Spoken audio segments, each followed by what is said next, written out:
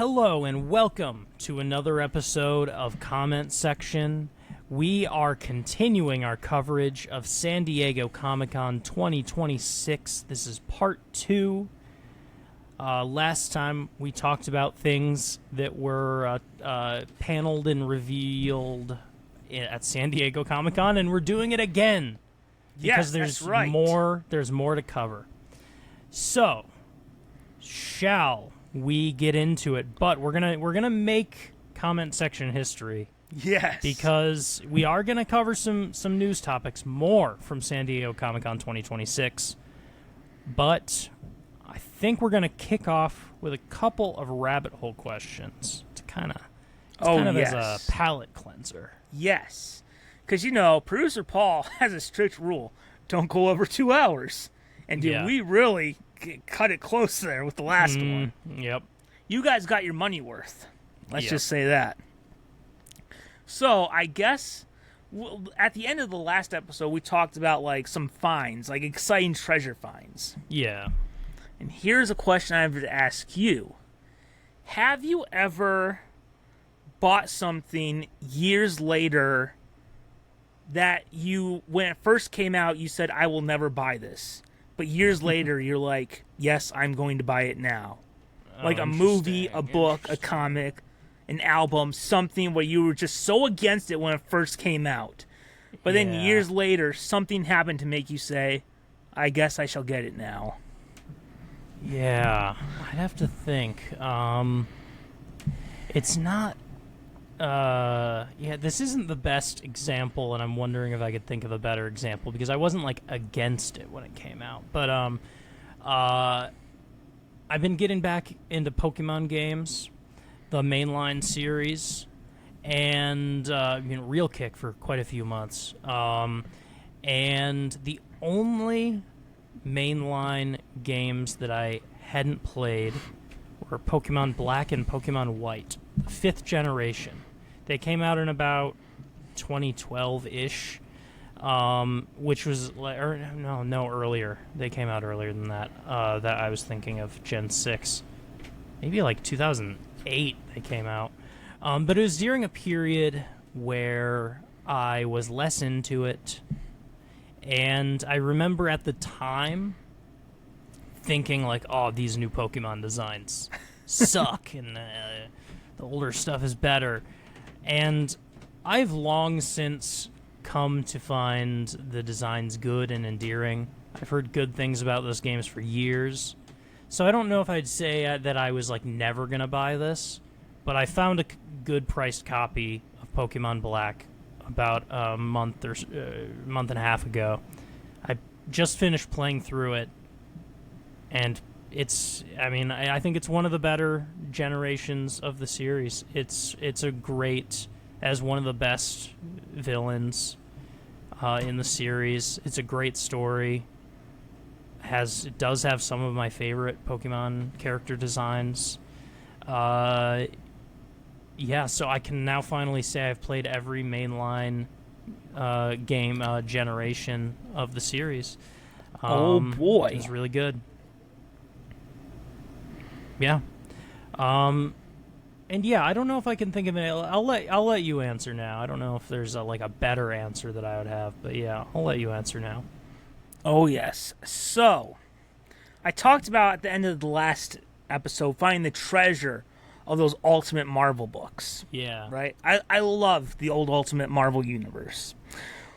Well, in 2008, did that thing really jump the shark?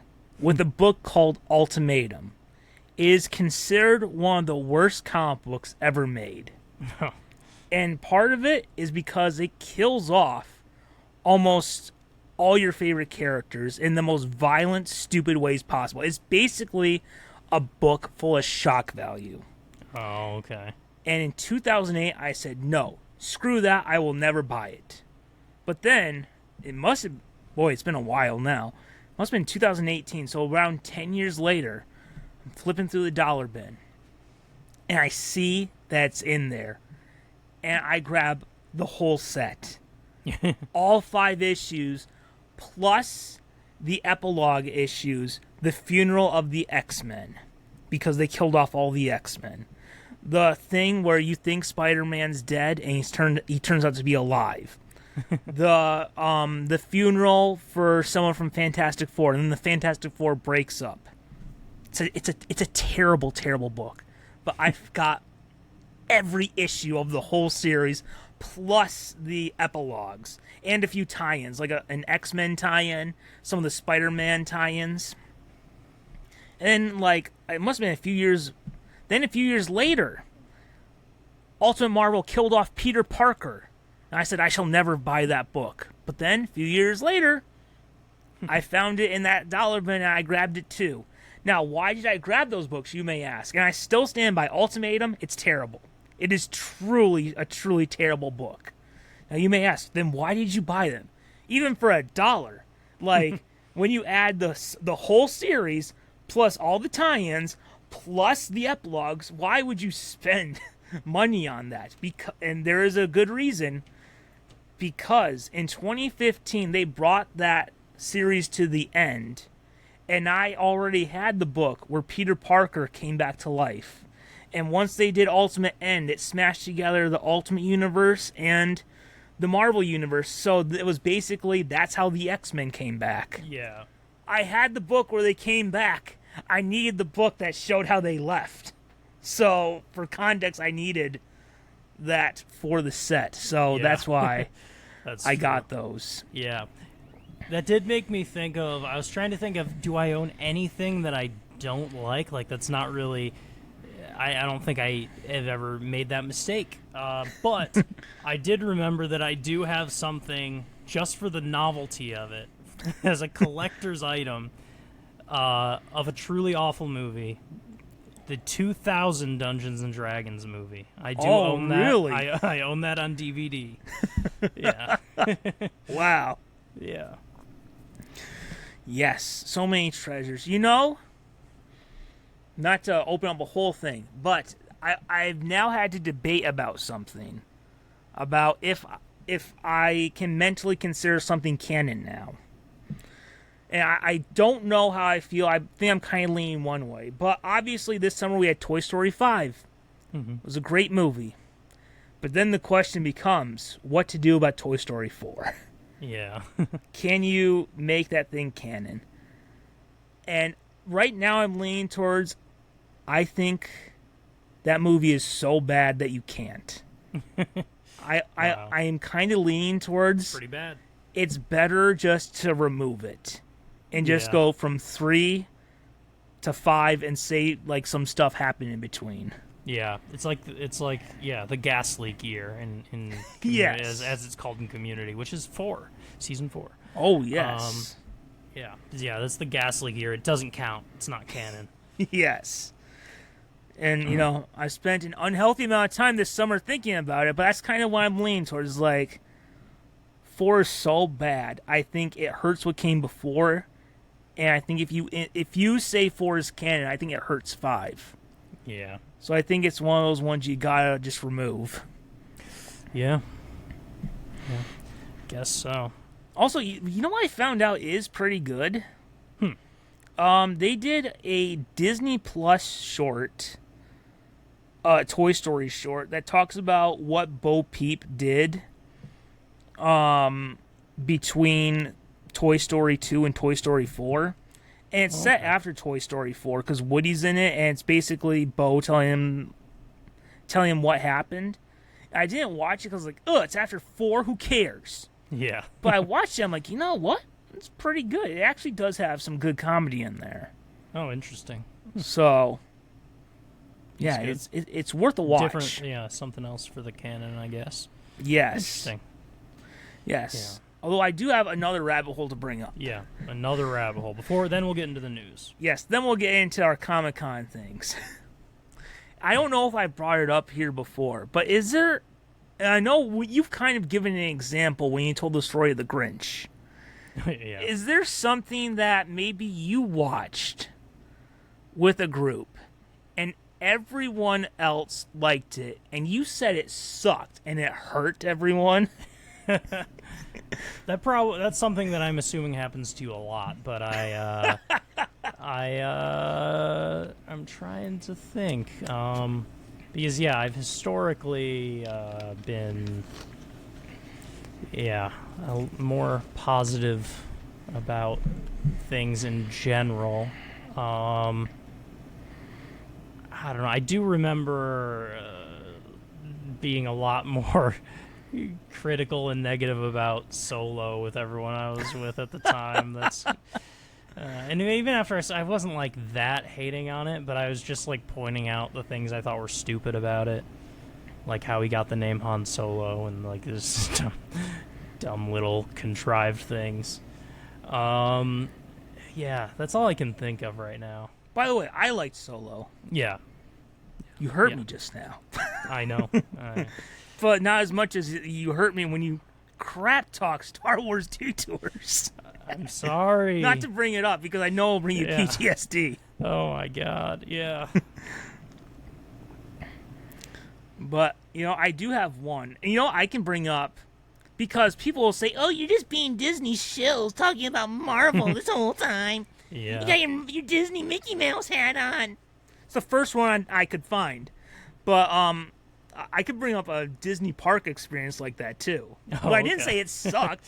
I just think, man, you guys are playing it on a pedestal. Yeah, okay. So one was, I think it was on some type of trip. And I brought the Roku with me, the Roku streaming stick, so I could watch Disney Plus or whatever.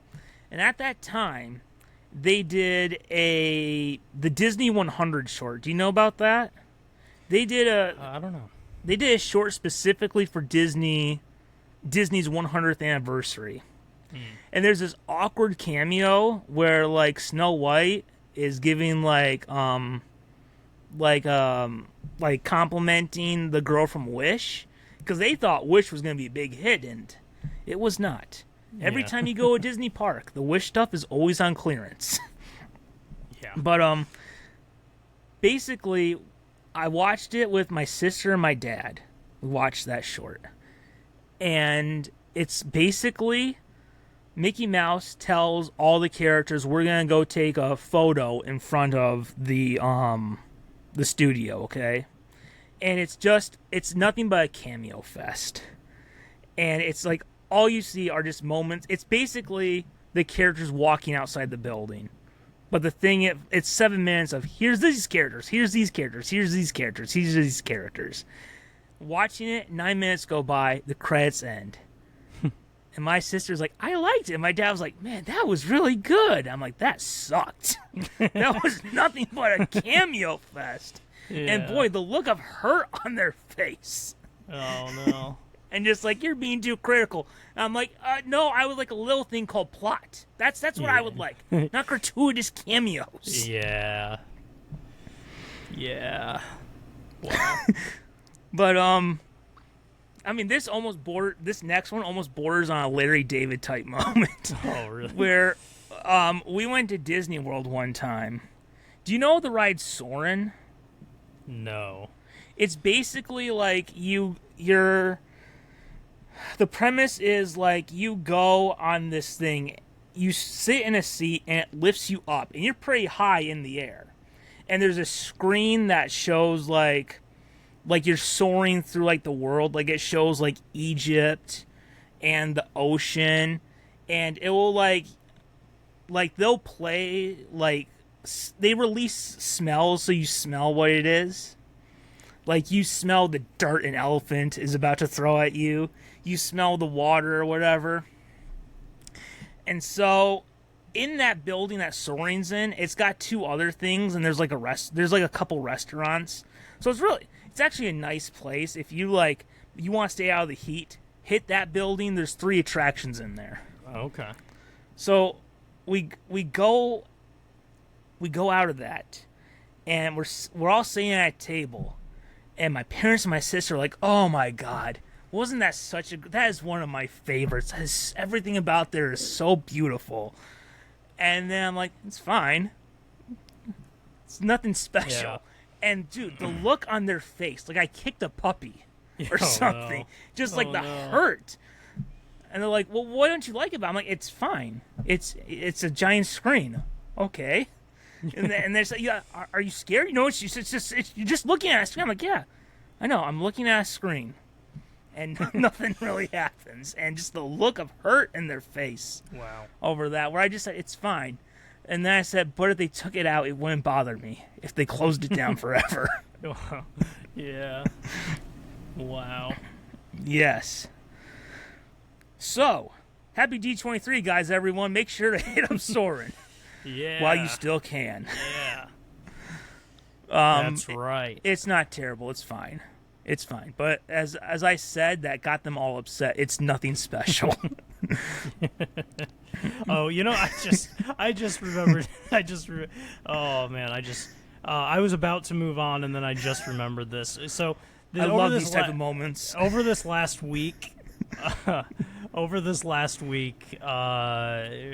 little bit. If this was unwanted answers and what's been going on recently, I would have brought this up. But me and my spouse's one car household, completely broke down. And so we had to get a new car. And so we spent the last 2 weeks, like, car shopping. We actually just on last Saturday, got a new car, a Subaru. Is that something nice. Do you enjoy car shopping, or are you just like, there's nothing fun about this? I was dreading it. It was I didn't like it, but I ended up, even though I don't like cars, I ended up being very excited about the one we got. I was excited about the decision. But the thing that I remembered was after a long day of car shopping, I guess I won't go into specifics, but I'll say there was a specific, they're huge corporations, so it doesn't matter what I say. There was a specific Toyota that we looked at. And this salesperson was giving us this huge long pitch. I was really trying to sell us on it. My spouse was asking a bunch of questions on it. We were sitting in it, checking everything out in it. And then he started, it was the end of the day. The store's closing. We were there forever. And he was just like, we're closing, but I'll stay here as long as you want if you have more questions. If you want to walk out with it today. He was really trying to sell us on this car. And I was getting so irritated and bored and just like, I want to go home. And when we finally got out back into the car we were borrowing, and finally we're away from the salesperson, my spouse was like, I liked that one. That was nice. We'll have to think about it. And then I just went, that's the worst car I've ever sat in my life. I despise that vehicle. I was like, I wish I had a safe word, so in the middle of it I could have said, like, Mayday, we have to leave this Toyota dealership right now. Like pickles or something. Yeah. Pickles. Yeah, exactly. I was like, I felt like I had no way to get out. I was like, all these questions were being asked about, like, what's the mileage and stuff, and I was like, I don't care about any of that. I sat in it, and I immediately hated it. This thing sucks. And so now I've been saying that I hate this vehicle with a passion ever since. And this isn't going to make much sense, but the main... So it's a running joke with my spouse and my friend groups and stuff that I despise chiropractors. I think chiropractic medicine is a sham. It will be. I'm just factually correct on that. It's a pseudoscience. They're not real doctors, and the industry should be banned. I hate chiropractors, but everyone I know goes to chiropractors. I've never heard you bring this up before. I really hate chiropractors. I think I might make it my new personality. But not to get too much into this, because I could talk about chiropractor. I could start a podcast about debunking chiropractic medicine. But the main thing about it is, here in America, everyone seems to have kind of normalized chiropractors as, like, some people go to chiropractors to get, help with certain things. But if you research chiropractic medicine and the history of it and the theories behind it, if you do any research, you will find it is literally like a pseudoscience on par with like flat Earth. Like, it is not true. Like, it is a complete sham. It's snake oil. And in America, we have kind of normalized it to where people don't know that. And it's sort of why I'm like on my soapbox going like, people, look into it. Like, no one's talking about this. But anyway, isn't it just to adjust your back? Or is there something else they do? Well, that's the thing. I hear the two main points where I'll sell people on why chiropractors are a snake oil sham. The two main things, well, actually, I'll say three main things. Because, one, this doesn't matter that much, but the guy who founded it believed that, like, he believed in some kind of, like, ghost medicine, like something with, I don't know, he believed he was being haunted by ghosts. He was just a crazy person. He was now I need to look up this guy. The founder of chiropractic is it's genuinely like Scientology. Like, it's an insane story. Like, even that alone should make people skeptical of it. But the two main better things are, one, that like the main 2 points I would say that are the reasons why people shouldn't trust chiropractic quote unquote medicine. It's not real medicine. But the two main things are, for one, it's because it's not real medicine and not recognized as a real form of medicine. That's the guy. Yes. Yeah. Because it's not recognized, it's not regulated, and it's not a real form of medicine, so it makes a lot of claims that aren't true. There are things like, oh, it'll help with migraines, it'll help with all kinds of things besides just bone, like musculoskeletal health. Like, many people might just think of it as like, oh, if you have a bad back, it'll adjust your back. There are a lot of claims that almost all chiropractors make that are not true. But I think the main point that I want to highlight for people is that the basic claim that you can solve musculoskeletal issues by doing adjustments, even that is not scientific. Like, there's no evidence that you can solve underlying musculoskeletal issues by doing adjustments. And and the reason why I figured out that that's the main point that I should bring up is because every time I bring this up to people, like, I'm alone in my life, I'm constantly yelling at people and debating people. Like, I'll be in a room full of people, and I'll say that chiropractic medicine is a sham. It should not be legal because it's so pseudoscientific and fallacious. It's so predatory. It shouldn't be allowed to exist.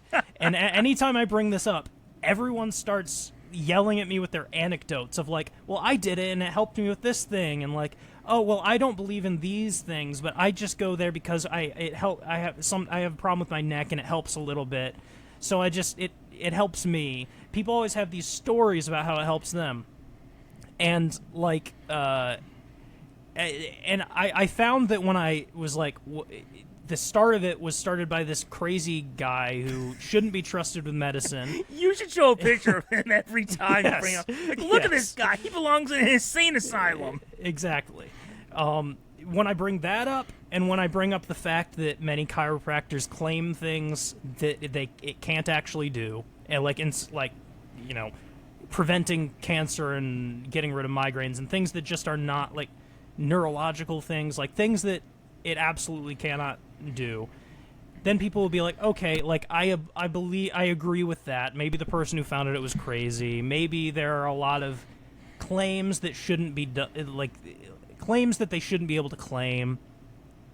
But if someone just wants to save money and not go through the trouble of physical therapy, and they just want to, like, their shoulder kind of hurts and they just want, that's why I discovered people always try and combat me with that. Like, they're just like, okay, I agree with some of these things, but you're being too harsh on it. That's why I want to point out the most important thing is that the basic claim, and you strip out all this other crazy stuff, the basic claim that you can help underlying musculoskeletal issues by doing adjustments to the body, that is not true. And once you once you take that out, what are you defending? Like, what is like? That's what everyone thinks of when they think of chiropractic, is just like adjusting the joints and bones. It's like, cracking stuff and readjusting, repositioning stuff. But even that, if you take out all the craziness and all the extra claims, even that basic claim is also pseudoscientific. So all of this is to say, because no one can bring up chiropractic around me without me going on a rant. This is what my loved ones have been dealing with for the last year or two that I've been obsessed with this. Basically, when we got home from this Toyota dealership, I was so upset that I said, that car is a car for chiropractors. Oh! It was the worst insult I could give to a vehicle. Burn. It was like, chiropractors drive that car. Yes. All right. Before we move on. Now I have to add that we talked about chiropractic in this episode in the description. And Daniel David Palmer. So I'm just curious, should we look up how he died?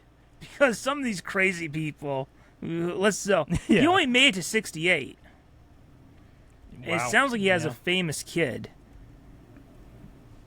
Oh, he was anti-vaccination. Yeah, he is a poster child. He should be like the messiah of the Maha movement. He's got quotes. Did you know that? He's got quotes. I don't know if I know this, yeah. All right, quotes. Disease. The kind of disease depends upon what nerves are too tense or too slack. Chiropractic for intellectual abnormalities. Chiropractors correct abnormalities of the intellect as well as those of the body. Well, there you go, right there. Yeah. Life and religion. I have answered the time-worn question, what is life? No, that's a very cocky response. I've answered this a bunch of times. Yeah. The dualistic system, spirit and body, united by intellectual life, the soul, is the basis of this science of technology. There can be no healing without teaching. There is a vast difference between treating effects and adjusting the causes. So, did you know he was married 6 times? Wow. Yes. Let's see. Oh, no. Oh, did you know how he died? No, I didn't quite get to that. So here we go. The relationship with his son, B.J. Palmer, who sounds like he's famous, was tenuous and often bitter, especially after the sale of his school. Their subsequent disagreements regarding the direction of the emerging field of chiropractic were evident in D.D. Palmer's writings. B.J. Palmer resented his father for the way he treated his family, stating that his father beat 3 of his children with straps and was so much involved in chiropractic that he hardly knew he had any children. Even the circumstances surrounding his death were postulated to be attributed to B.J. Court records reflect that during a parade in Davenport in August 1913, D.D. was marching... Oh, that's Daniel David Palmer.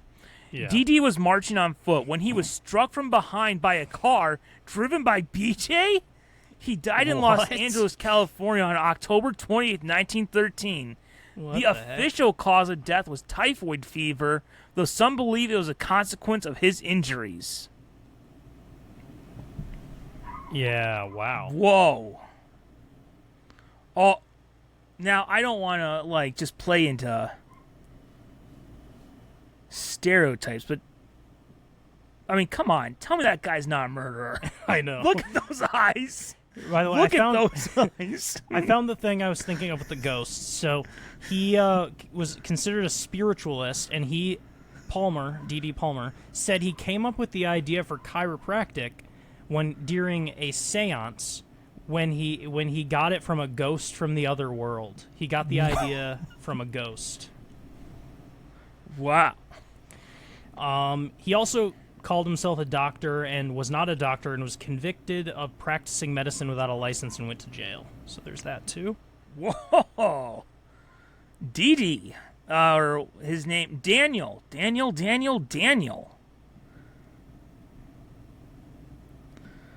Yeah. So that, yeah, I mean, that wasn't where I was planning to go with this, but this is my biggest soapbox. My political activism of the last couple years has been urging people to please look into chiropractic so-called medicine. And I might sound crazy, but I'm not crazy. You're crazy. I'm not crazy. You're crazy. I might sound like I'm a tinfoil hat conspiracy theorist, but the information is out there. I mean, not that Wikipedia is the most reliable source, but you can literally just read the Wikipedia page to find out all this stuff. It's very like plain, but chiropractors, I guess, are good at marketing, so they kind of get you. Now, although in retrospect, you could have been like, the only way that car wouldn't have been disaster if it had been the one to hit Daniel that day in 1913. Yeah, that's true. That's true. Yes. Well, guys, we went on quite the rabbit hole trail right there. Like I said, I was not expecting. I can't be silenced. Yeah. Yes. We should probably get into San Diego. That was quite a journey, going from what was it? We went from a Disney short to buying a car to chiropractic to how the guy was crazy to how he was murdered by his son. Yeah. Yeah. I mean, that's the tricky thing with we made history starting with rabbit hole questions, and that's true because this is usually the kind of thing that happens at the end of an episode. Yes. Yeah. We tempted fate, and in a way, we turned into unwanted answers for a little bit. Yeah, we did. That should have been unwanted answers. Yeah. All right, guys, so shall we get back to the reason we're here, which is San Diego Comic-Con news? Yes. All right, guys, so this episode, now that we're done talking about crazy doctors who break people's spines, we're here to talk about the Marvel panel. That's right. Obviously, that's always the biggest thing at San Diego Comic-Con, and they did drop some exciting announcements. So, one of the first ones is that they announced a character is going to finally be introduced into the MCU. Although, technically, they've already been introduced if you count Agents of S.H.I.E.L.D. But in a way, it feels like they're pretending that doesn't exist.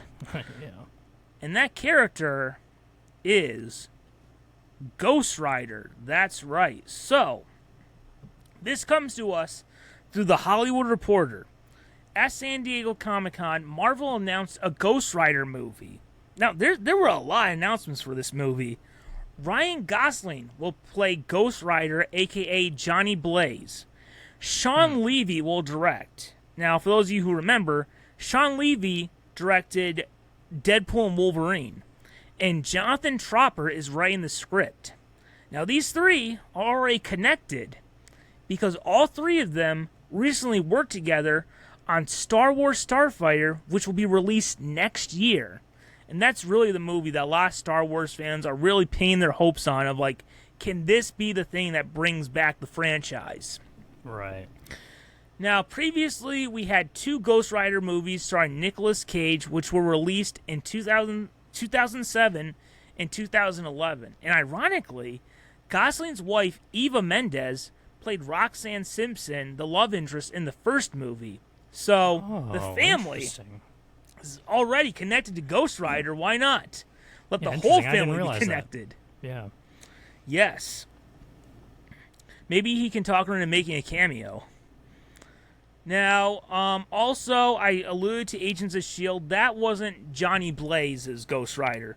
Kind of like how Green Lantern, there's a bunch of Green Lanterns. There's Johnny Blaze, who's kind of the classic Ghost Rider.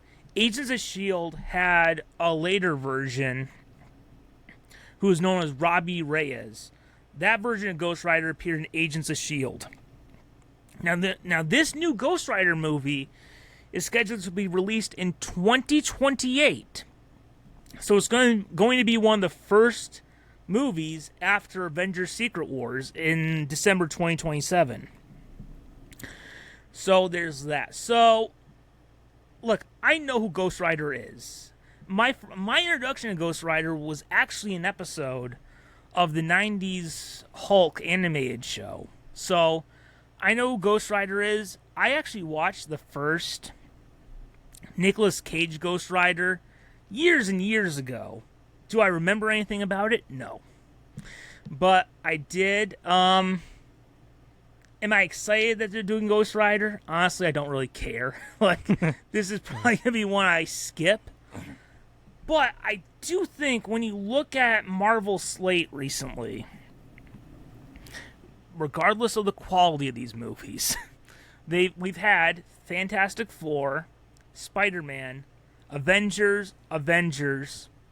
After that, we know they're getting ready for X-Men, Black Panther.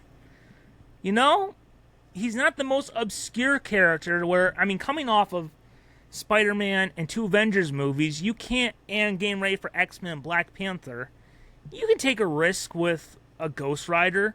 I mean, it will really determine how do people react to Doomsday and Secret Wars. Yeah. That will really affect about how much success can this movie have. But yeah, I think when you look at the lineup right now, they are in a good place where you can take a chance on Ghost Rider. And this is a character kind of like Fantastic Four. I mean, obviously, look, Fantastic Four is big to comic book fans, but to movie fans, it's a group that appears every 10 years and then disappears. Yeah. So he's not totally obscure, but he's not mainstream. So I think they could take a chance on Ghost Rider. So, but I'm not going to lie, this is probably going to be one I skip. Mm-hmm. But, yeah, there's that. So I guess I'll turn to you. What are your thoughts on Ghost Rider? Did you ever watch the Nicolas Cage movies? And do you think Marvel is in a place where they can take a chance on a character like Ghost Rider, something DC can't do right now? Yeah. So, caveat that this is all coming from someone who, I haven't really read Ghost Rider comics. I know them from, I've seen the Nicolas Cage movies. And, I remember enjoying them, or at least the first one I remember enjoying. But, there's almost this sort of, again, I don't want to, I could be completely wrong and off base when it comes to the comics, but based on the movie, which I barely remember, I almost feel like there's this, like, I kind of wonder if the strength of this character is that it has, like, one of the coolest character designs ever, like a guy on a motorcycle with a flaming skull for a head, like, that's so awesome. That is a great design. That, like, it's almost like, I don't know if the movie had to be good, because people just kind of wanted to see a guy with a flaming skull, skeleton head riding a motorcycle, like, and so I kind of wonder if the character is stronger than the rest of the concept. But I think because of those movies, there is some extra name recognition that Ghost Rider actually has that could bring people into this redo, this new version. I think, there's something about Ryan Gosling where it just kind of makes sense, maybe because he was in Drive or something, where it's just like, oh, I can see him as Ghost Rider. But I think, and there was a time, we've been away from that time for a while, but there was a time when Marvel really specialized in these slightly more obscure characters and making it work really well. Iron Man, the Avengers, so kind of telling a really good character story with a B or C tier Marvel hero, could be really effective if people like Doomsday and then this is well done. I could see it genuinely revitalizing interest in Marvel movies, because again part of that is because it's a great character that could sell, that's going to sell merch, and the people remembering semi-recent-ish movies, recent in the grand scheme of things, pretty old, it's 20 years old basically, but so there's some name recognition from that. But there's some name recognition from that, but it's not the kind of thing where I necessarily think it's gonna make money even if it's not good. Like it kind of has to be compelling. Yeah, it's gotta be great or fun. Yeah. If it's great or fun, then it could be another tick in the boxes of like revitalizing Marvel. Oh yes. So that's all I have for Ghost Rider. Did you have anything you wanted to bring up before we move on to the next Marvel thing? I can bring up something next. Ooh. Let's see. What would be... We'll do this one next because Ghost Rider's a little creepy, and this is a little creepy. Oh, boy. But... So, Resident Evil is a really cool video game franchise. Zombie franchise. I think one of the best... zombie stories out there is from those games. At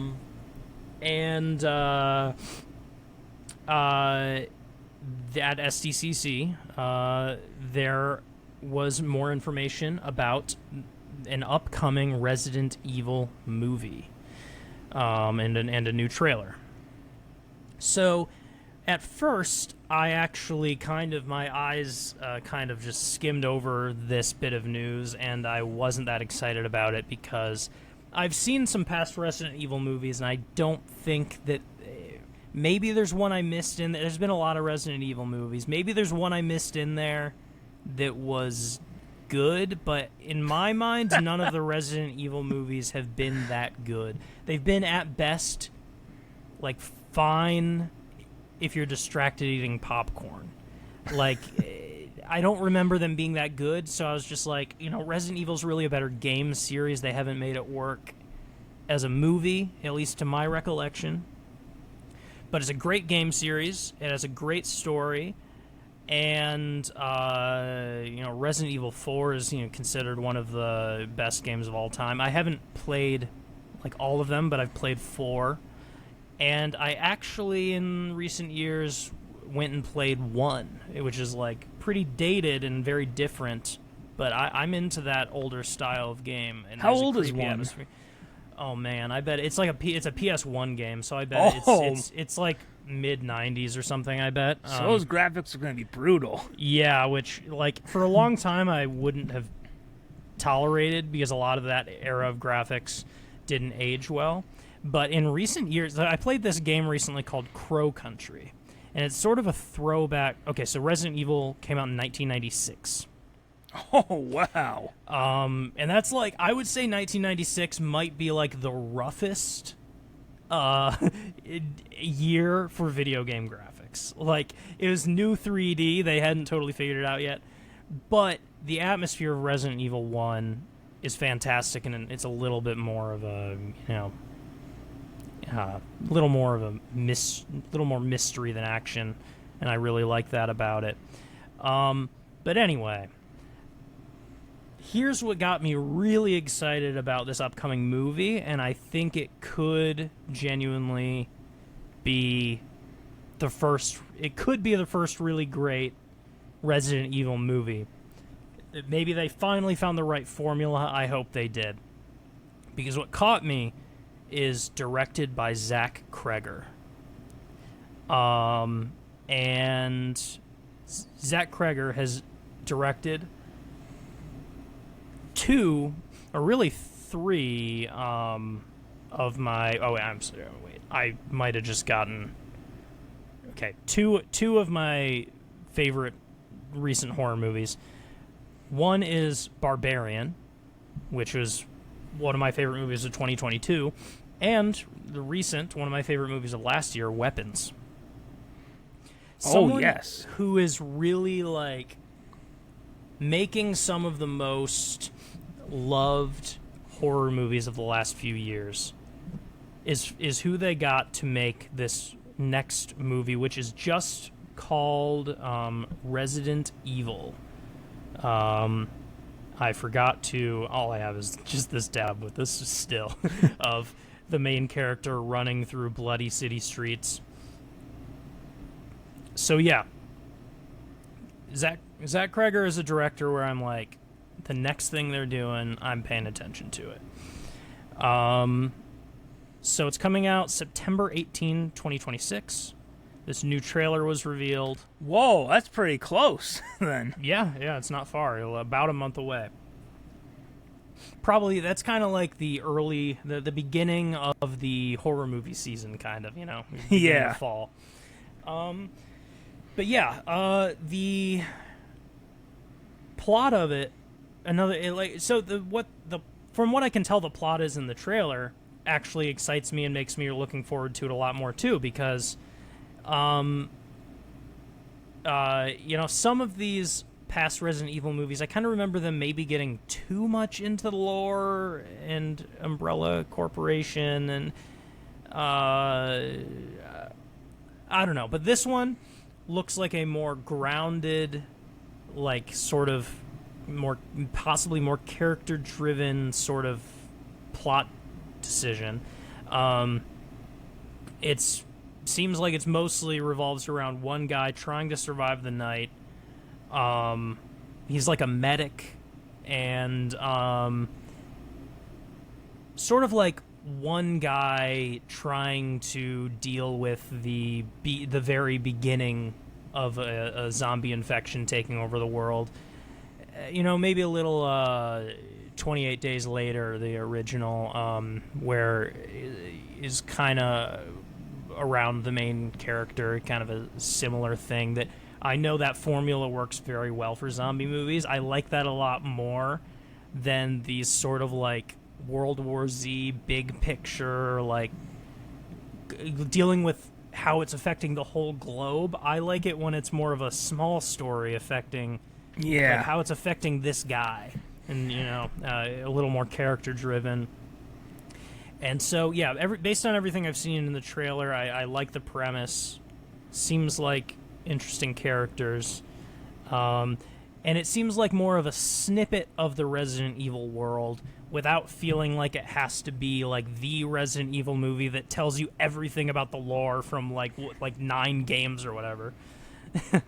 And not, I don't think, based on any particular Resident Evil game. It's a story set in this world, just a snippet from this world, and I'm very excited about it.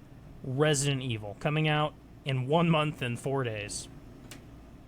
Oh yes, counting down. That's right. Very soon. Is this one you would see in theaters, or are you just like, I'll wait for streaming? I think I will see it in theaters, because I've been seeing things in theaters a little more this year, and you're helping the 2026 box office go up. Yeah. I've probably seen more.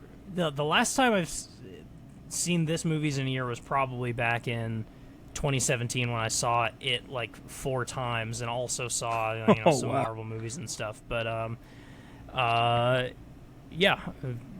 definitely.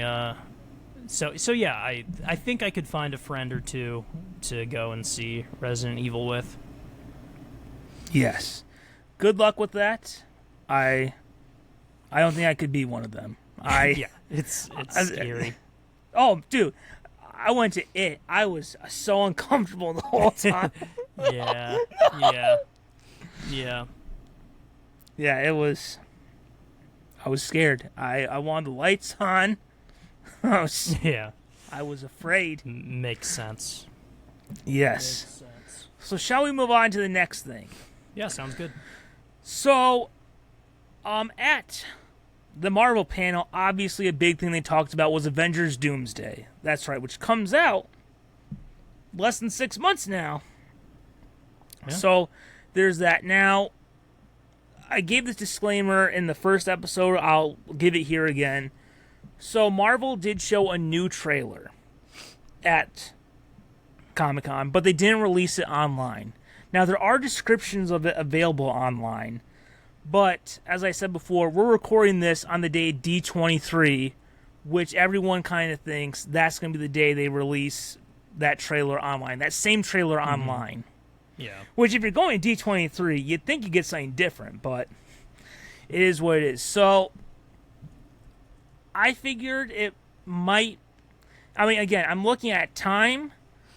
I figured it might not be worth bringing up reading a description, but I guess if we run out of time, if producer Paul's like, hey, you still got some time to fill, bring something up. Maybe that's something to think about or talk about the old trailer, but I didn't think it would be worth just talking about a description of a trailer because seeing it versus a description are two different things. Yeah. So that's why I'm not bringing it up. But there was something that did happen at the Avengers Doomsday section that we can talk about. And that is a little friend popped up. Did you hear about this? No. No, so... Oh, or maybe. Or, yeah, we can get into it. Obviously, during the panels, you have people who ask questions. Mm-hmm. And one of them was our old friend, Wade Wilson. Yeah, okay, yes, yeah. This is what... Yeah. I did see this. Very cool. Yeah, so this comes to us via The Hollywood Reporter. Deadpool appeared pretending to be a fan. And he even gave a different name other than Deadpool or Ryan or Wade. So he's pretending to be a fan. And Deadpool asked Paul Rudd where Thor is and why is Thor crying. Obviously, a reference to one of the most memorable moments of Deadpool and Wolverine. So Deadpool then asked the cast and crew about when the movie starts filming. And Robert Downey Jr. told him that it's already in the can. And then Deadpool then asked if there was no additional photography or last-minute additions. And then he stormed out of Hall H after that. So, I'll ask this before... Is this Marvel's way of, without confirming it, basically saying he's in the movie? Because why would you go through this? Yeah. Why would you tease it? And set up maybe some false expectations if he's not in the movie. And by the way, if Ryan Reynolds is in the movie, then I'm definite that Hugh Jackman's in it too. So, I mean, was this Marvel's way of teasing, like, yeah, he's in the movie without confirming it? I'll be honest, this just came to me. Did they tease it at Comic-Con so they can announce it tonight at D23? Oh, a little tease before revealing it tonight, maybe. Because look, Disney loves D23. They want that to be their big thing. Yeah. Would that be the thing? There's been some whispers that they may announce the X-Men cast tonight. Mm-hmm.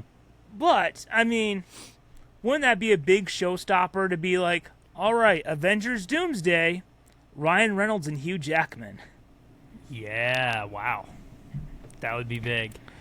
Yeah, so I guess I'll turn to you.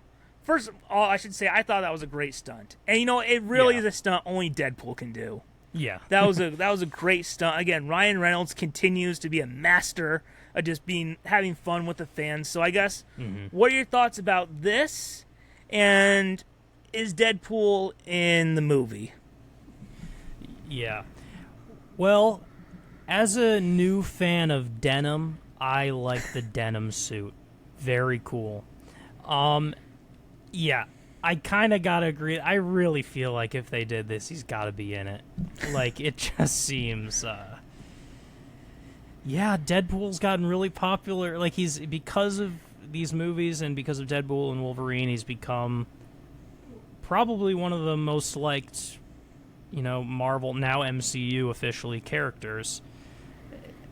I feel like he's gonna be in the next Avengers movie. Like, it really feels like it based on this, but we'll see. And yeah, I almost gotta wonder if it almost feels like if he's in it, it feels to me like if he's in it, Wolverine or Hugh Jackman's gonna be in it. Like, I don't know. Yeah. It almost feels like they're a package deal now. Yeah. Even though, like, Deadpool and Wolverine feels like a good end or like a goodbye to his version of Wolverine. I mean, it's never stopped anyone before from continuing a franchise to have an ending, but One could say it was the yeah. end of that movie series, and this is just a crossover.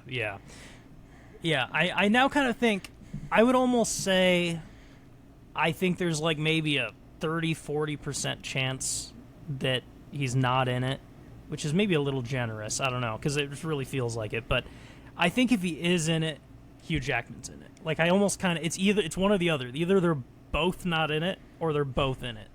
Yeah. That's kind of what it feels like to me. Yeah, and look, let's be honest. As much as we all love, Patrick Stewart coming back, James Marsden coming back, Ian McKellen coming back. Yeah. We love those characters. But there is clearly one fan favorite of the X-Men. There is, whether, some people want to have hot takes, there is clearly a favorite X-Men of basically everyone. And that's Wolverine. Yeah. So, and it would feel kind of like when you look at Wolverine's arc in Deadpool and Wolverine, it could bring him closure interacting with those X-Men characters again. Mm-hmm. Now, there have been conflicting reports, like actually from the trades, about if Deadpool is in it. Some are saying he is. Some are saying, according to their sources, he's not. Mm-hmm. I think tonight we'll get... I could see tonight them announcing that they're both in it. Yeah. Yeah. Yes. So, there was something I have been debating bringing up. Uh-oh. Something I've been debating bringing up, because there was a reaction that I wasn't expecting to seeing Deadpool there asking about the movie. Oh, really?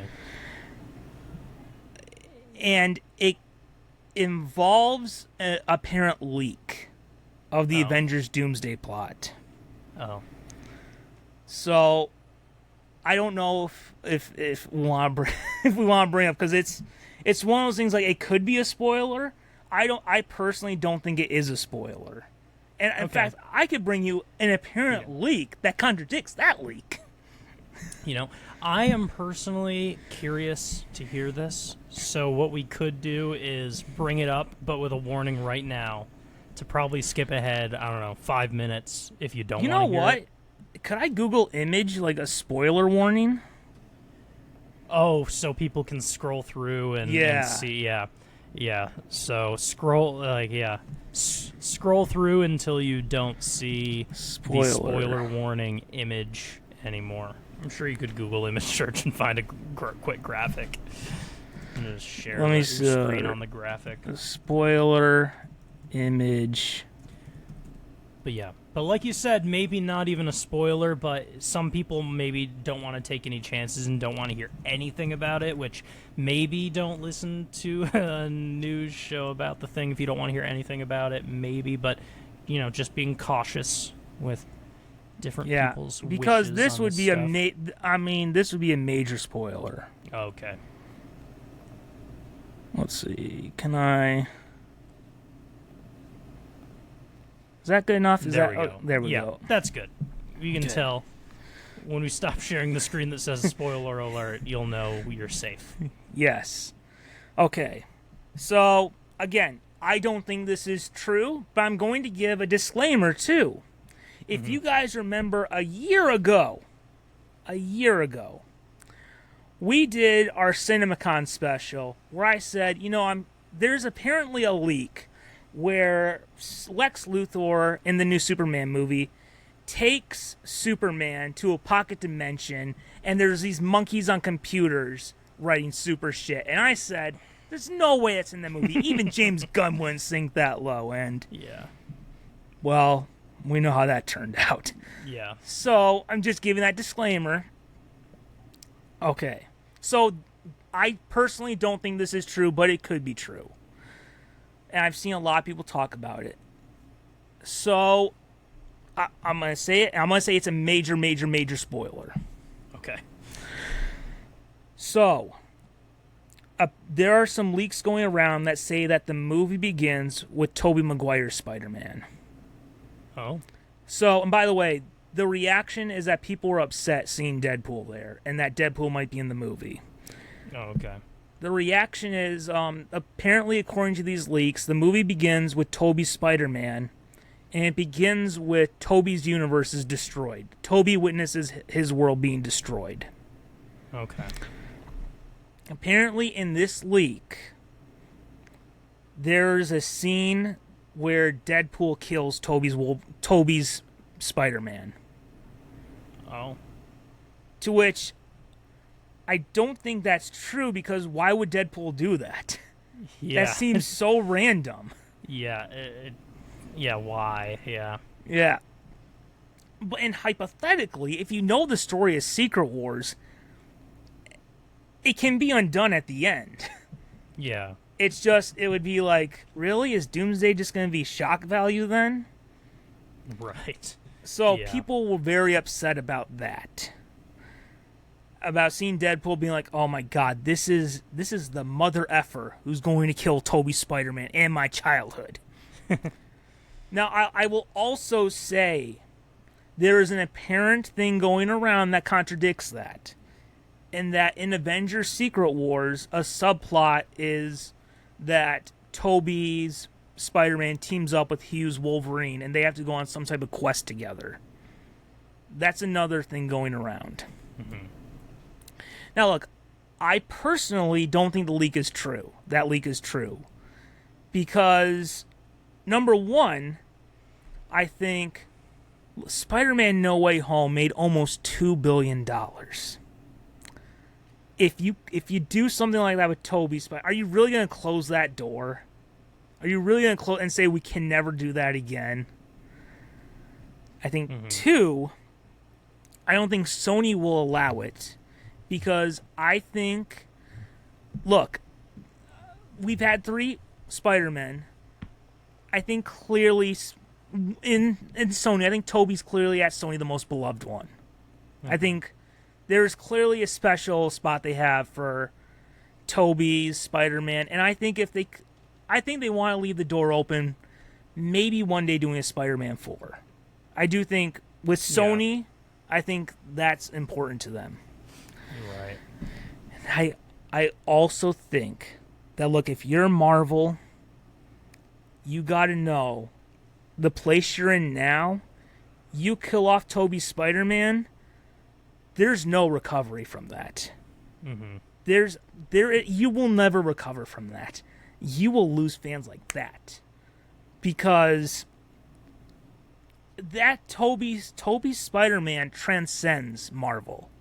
Mm-hmm. Spider-Man transcends Marvel. Tobey, for many people, is the definitive Spider-Man.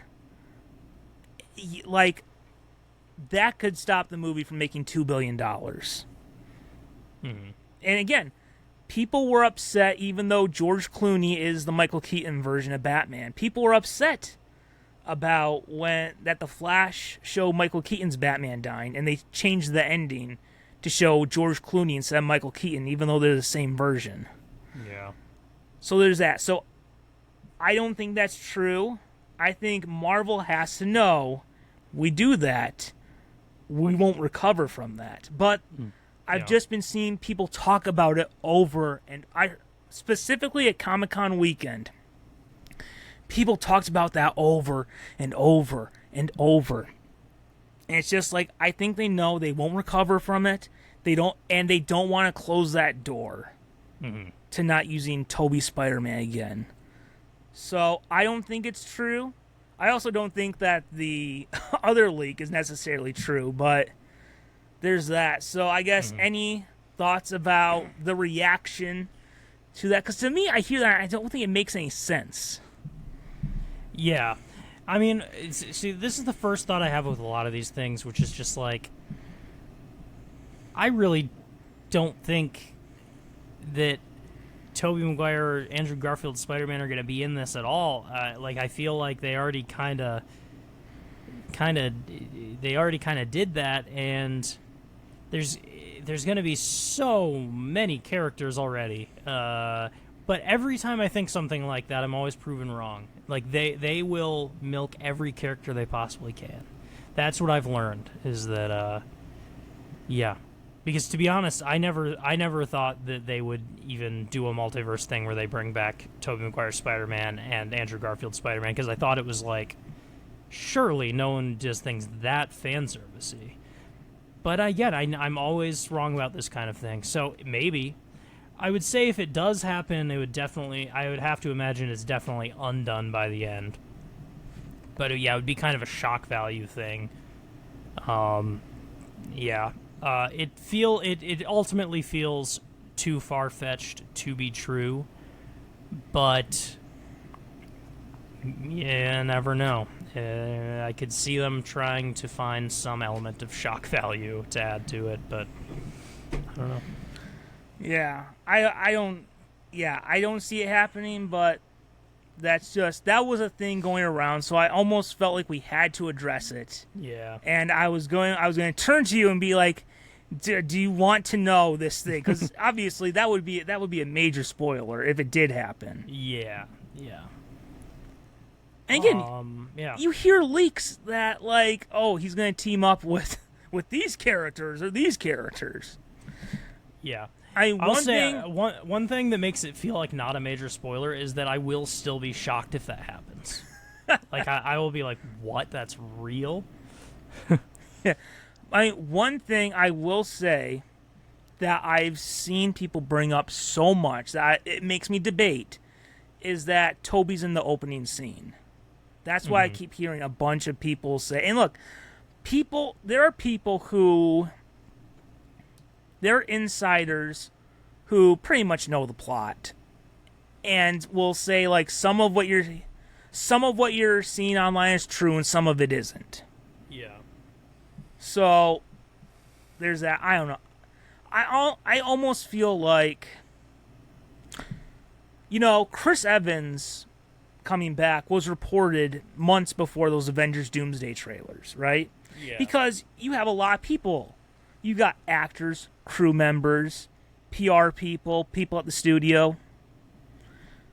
That came out with Chris Evans coming back as Captain America. We knew that for a while. Mm-hmm. But it's not just Marvel people you gotta worry about. It's Sony people. There's 2 studios involved when it's Spider-Man. Yeah. Of all the characters, I think if one of them was going to be picked up by one of the trades, it would be Spider-Man.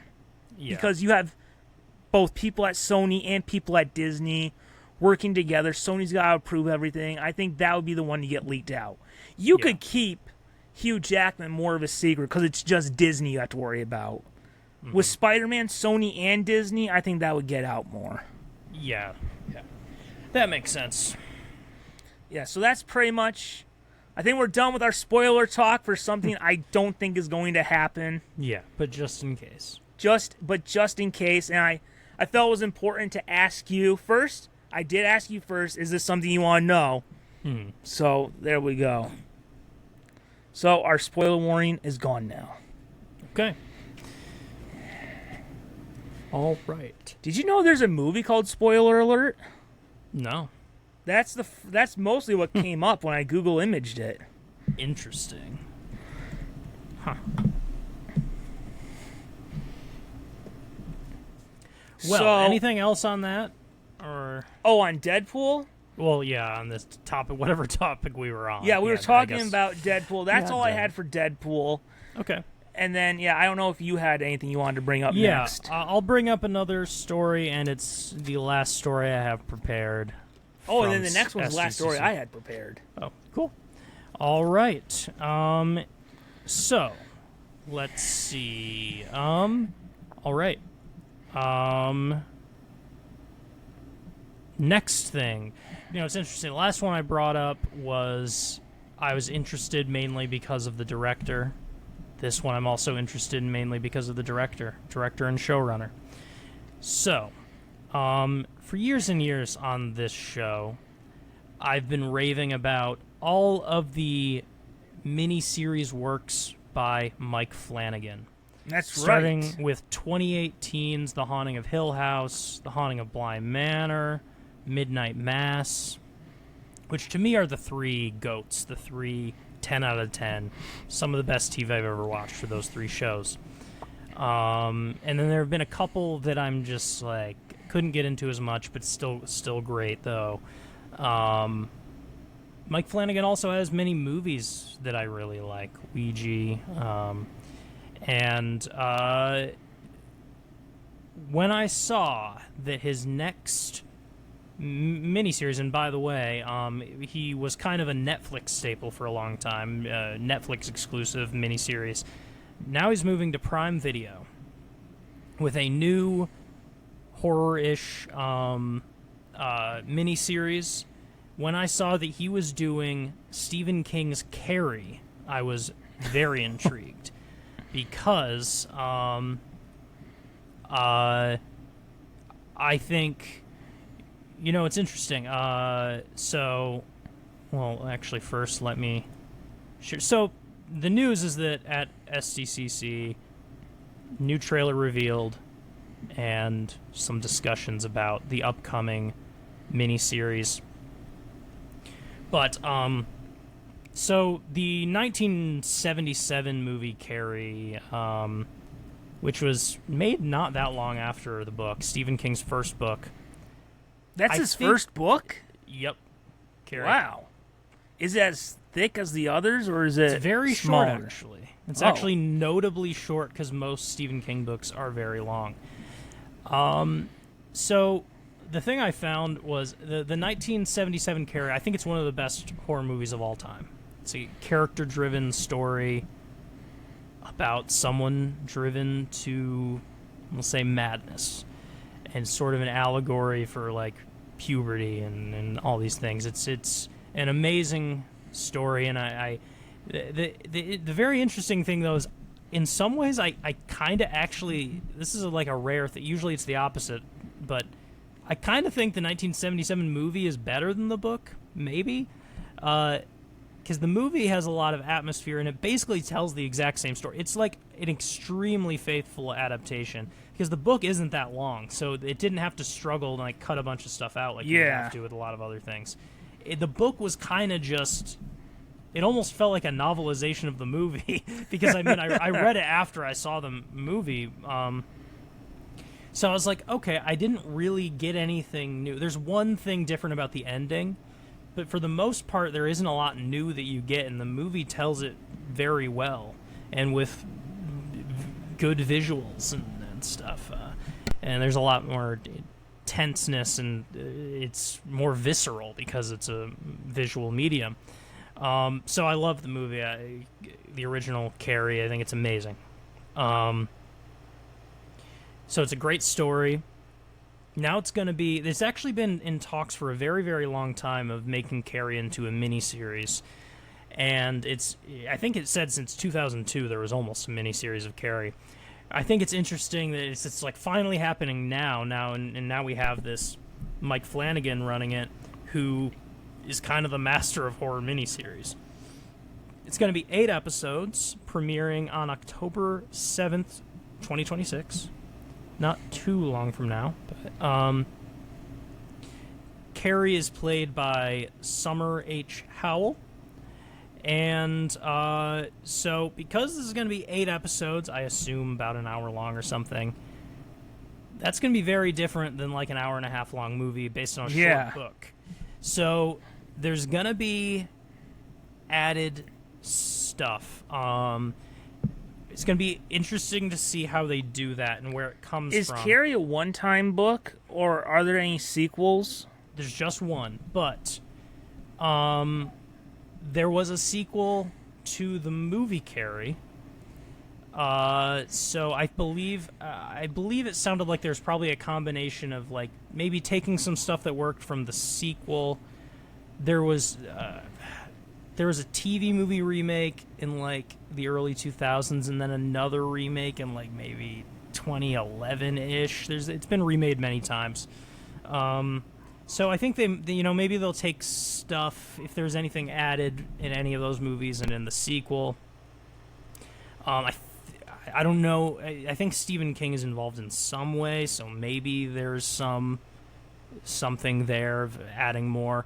But the thing is, I'm not really that worried about it because what Mike Flanagan excels at is character-driven storytelling where, like, the horror comes from what this character is dealing with. Like, I found very compelling in The Haunting of Bly Manor that the main character, her husband, she had just gotten married and her husband died in this horrific car accident. And a lot of the horror stemmed from her dealing with the trauma of that. Like, you could almost say that, like, I mean, in the story, the ghosts and stuff are real in the plot, but you could almost see it as like a metaphor for the terror that she's dealing with in her life. And same thing in The Haunting of Hill House. There's a character who's a drug addict, and he's dealing with the guilt of, like, hurting and taking advantage of his family because of his drug addiction and trying to get over it. And there is this haunting entity that follows him that also kind of serves as a metaphor for this, like, the weight, the pressure of his life because he deals with this drug addiction. And then in Midnight Mass, there's a character who, like, many years ago, drunk drove, ended up killing someone. And you have to sympathize with this character who, like, basically murdered someone. But he's dealing with genuine guilt. Like, Midnight Mass, I've never seen something so well make you sympathize with a character you really don't want to sympathize with. Like, no one wants to sympathize with a drunk driver who killed someone. Like, that's like the least sympathetic character, but you end up falling in love with this character because he genuinely feels a lot of guilt and regret and is trying to be a better person. And again, a lot of the horrors that are happening are reflective of the emotions that he's dealing with. So this is a history of being able to connect personal inner turmoil with horror elements, and it's sort of serving as a metaphor. That's like the exact thing that Carrie needs as a miniseries, and how it needs to be handled in an adaptation. I genuinely can't think of a better director and writer for this Carrie adaptation. Only other thing I'll mention is I noticed in the trailer, Carrie's mother, which is one of the other major characters in the story, is being played by Samantha Sloyan, who's been in a lot of other Mike Flanagan stuff, like maybe all of the other miniseries. When I saw that, I was like, perfect casting, because she plays the best, like, religious fanatic, religious zealot in Midnight Mass, where it's like she's scared. It's like she's scary how much of a religious zealot she is. She's good at it. And Carrie's mother in Carrie is kind of a similar archetype of character, where Carrie is utterly oppressed by her home life because of the behavior of her mother. She's kind of a terrifying character because of it, and I think it's great casting for that. It's just like I immediately could see it. It's like the perfect casting for her mother. But yeah, very excited about it. And I'll just, like, it's always, Carrie is like, it's really a novel and a movie that are all centered around just the biggest climactic moment of any, like, it's for the most part, like, it's not that horror-y, but it ends in this enormous explosion of horror right at the very end. It's such a big moment, and I think the 1977 movie does such a fantastic job at it, because it's one of the most tense, frightening, nerve-wracking scenes in horror, is like the leading up to the big climactic scene at the end. And it's always interesting in every adaptation to see how they're going to handle that scene. That anyone who has seen it or read it knows what I'm talking about. The scene of Carrie. It's always interesting to see how they're going to handle it. And, like, you can probably assume that 8 episodes is probably going to happen in episode 8. So there's going to be a lot of build-up. Yes. The big season finale. Yes. So very excited to see that. And that is Carrie from Mike Flanagan, starring Summer H. Howell. Oh, yes. Did you know Mike Flanagan wrote the original script for Clayface? Really? Okay. Yes. That's very interesting. I guess I can see it. I did see the trailer for Clayface, and I did think, like, it seemed like it. I could understand why.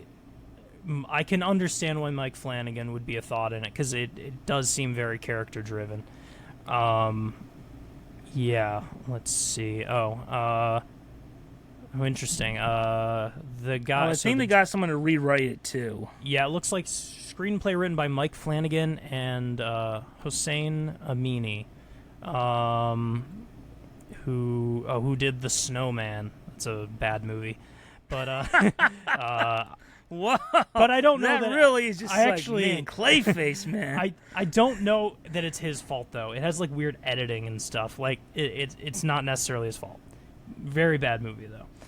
And directed by James Watkins. He directed The Woman in Black, which I think is a very good movie. And Eden Lake, I think I've seen that too. Whoa. Wait, Speak No Evil, I think I've heard good things about that. So the director has done some good stuff, and obviously partially, yeah. And I saw the trailer. It's like a body horror movie. It's kind of interesting direction they're going with that. Makes sense though. Yes, for Clayface, yeah. Mm-hmm. Seems pretty random for this new DC universe, though. Yeah.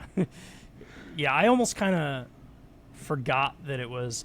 Like, I had been assuming that it was like in the, like, you know, Venom, Kraven the Hunter. Like, I was assuming it was one of those.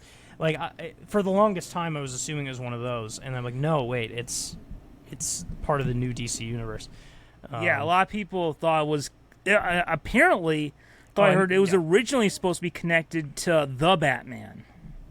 Gotcha. And then it was repurposed or something to the DC universe. But Matt Reeves is a producer on it. Gotcha. Interesting. Makes one wonder, if they ever get to Batman, will it be Robert Pattinson in there? Yeah. But I think the point is moot. Yeah. They're not getting to Batman. Yeah.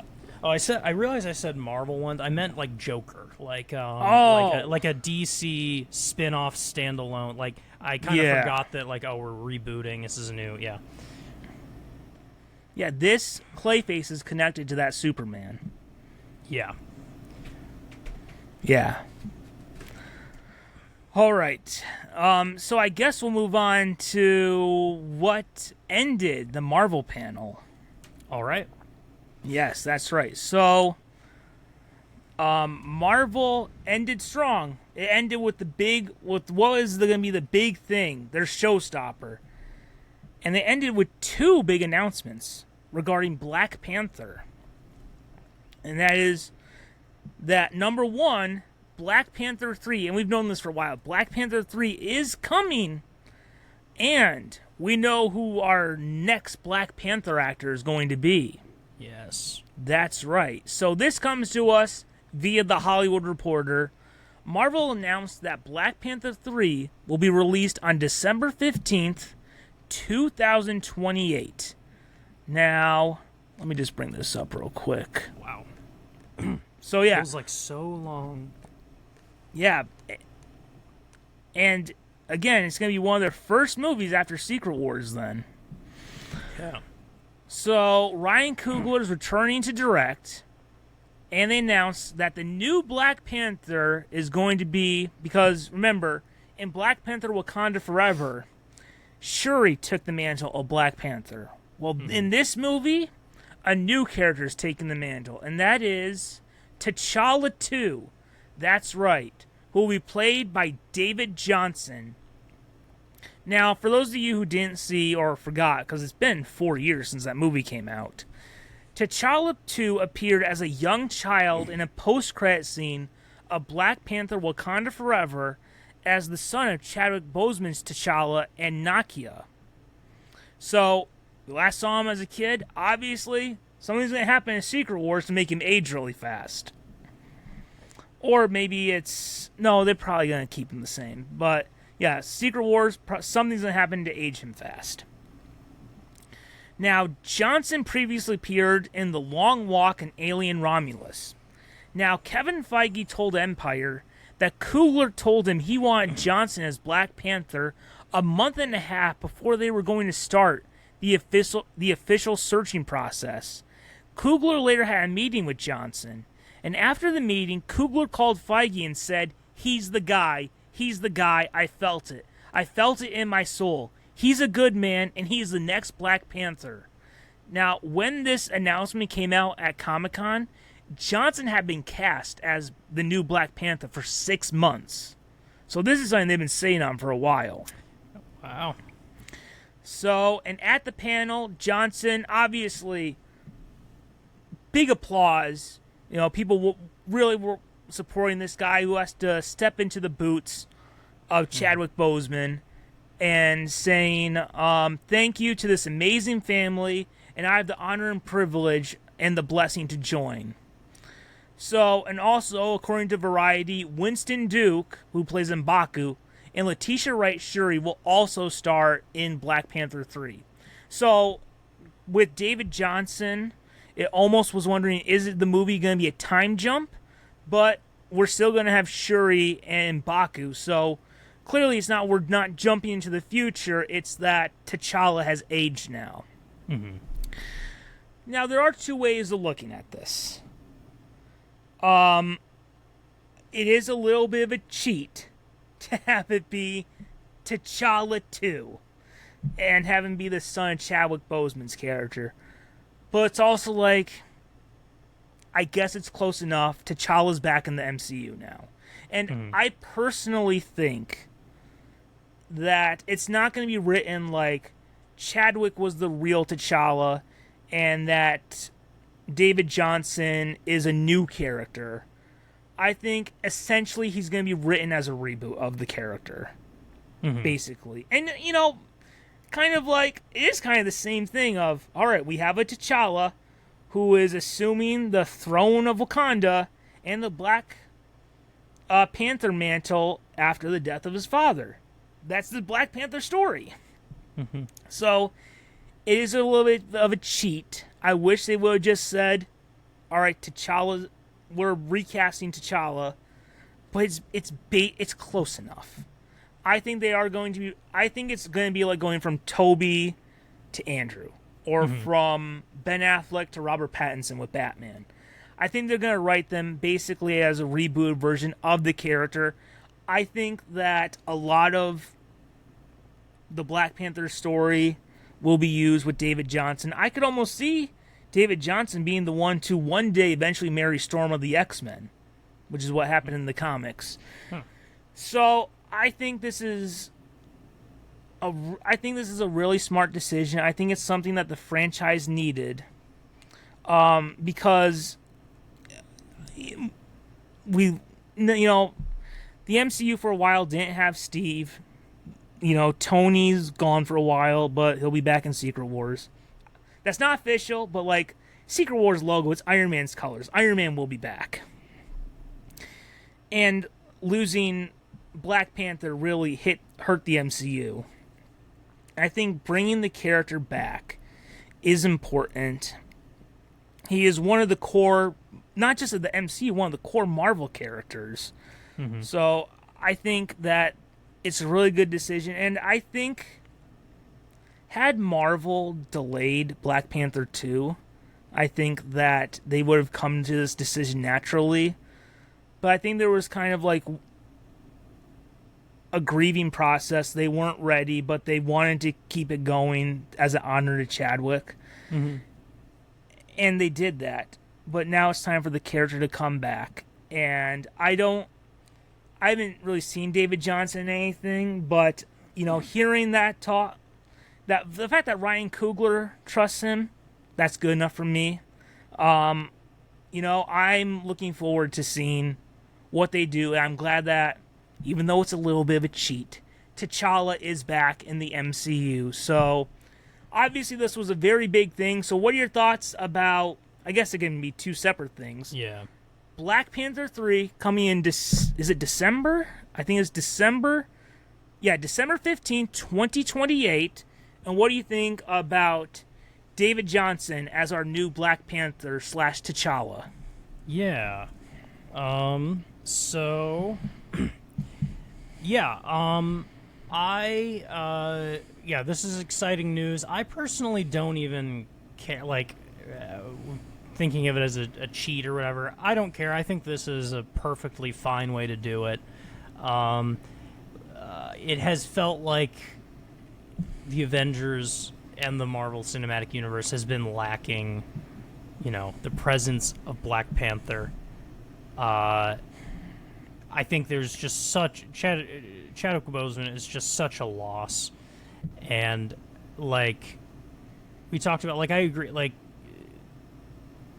they should have always like essentially rebooted, recasted. That's we talked about many times that like recasting is something that happens, and there's more of a sensitivity to recasting now than there's ever been. It used to be a lot more normal. You know what I mean? The Tim Burton Batman's had several different Batmans. Like, it used to be a lot more normal. But there's understandably more of a sensitivity with losing Chadwick Boseman as Black Panther. So, like, it doesn't bother me at all. It's like, we got T'Challa Jr. the second.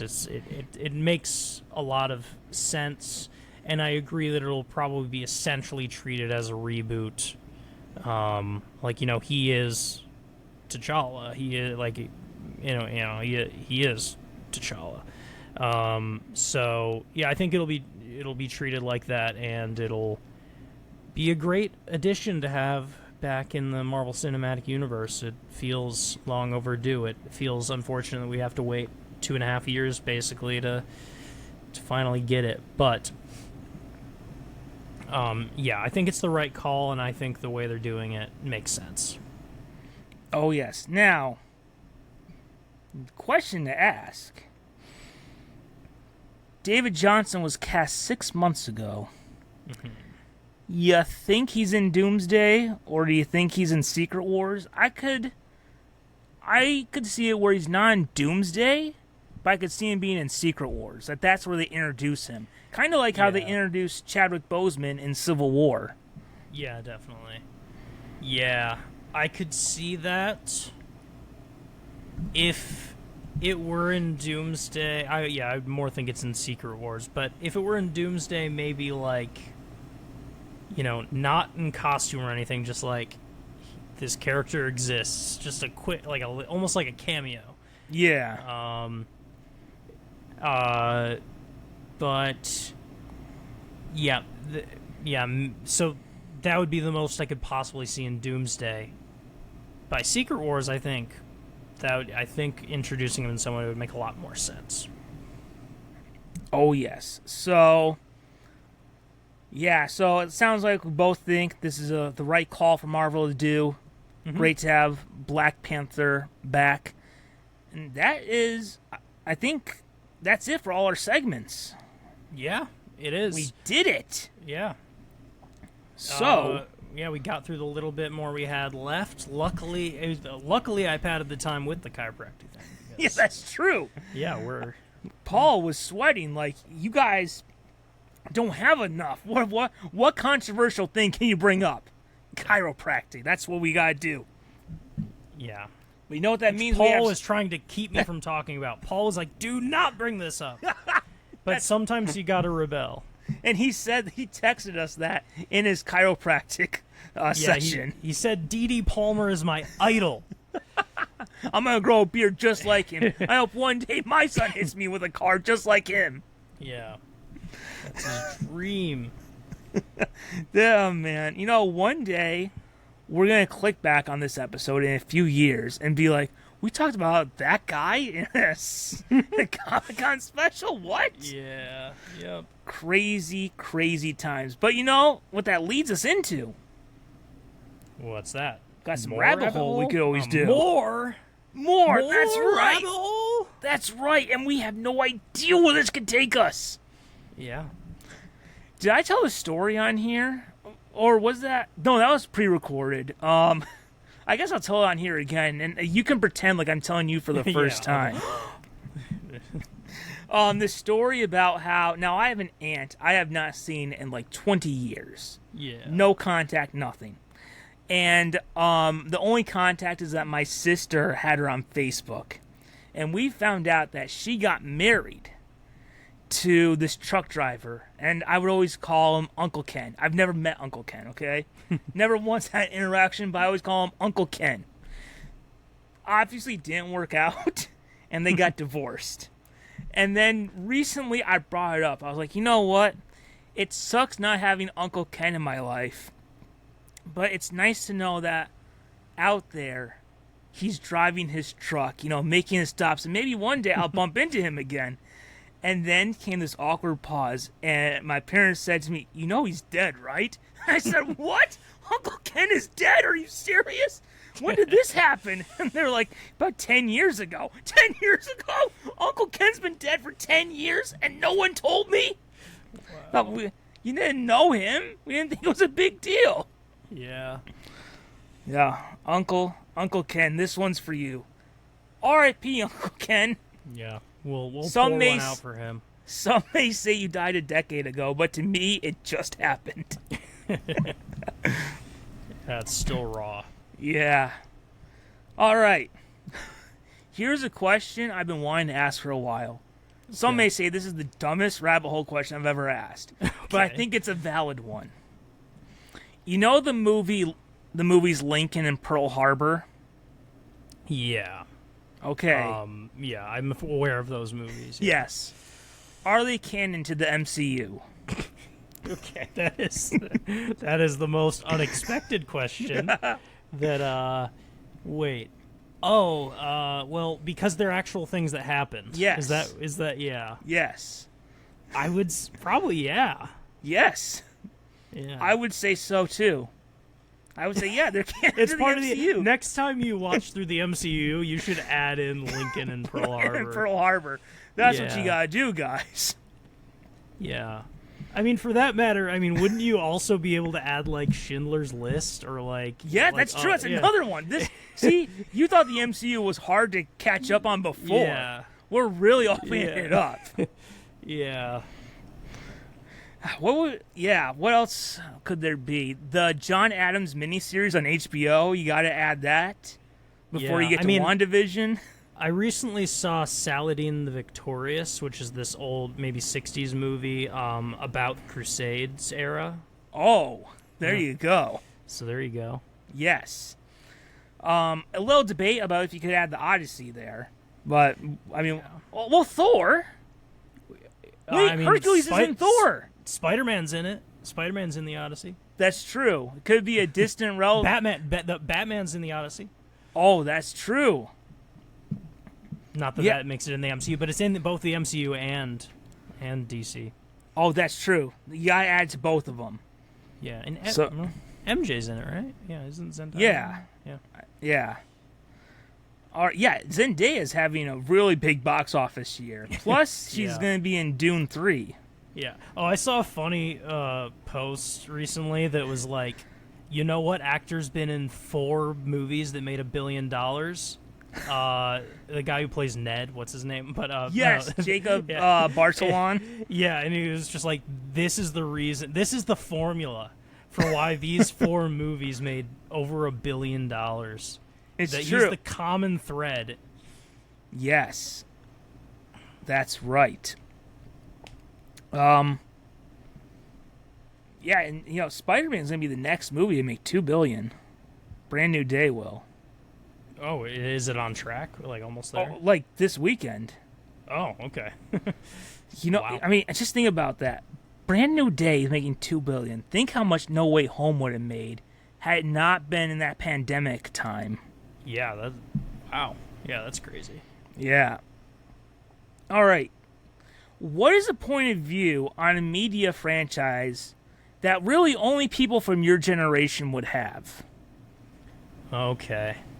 So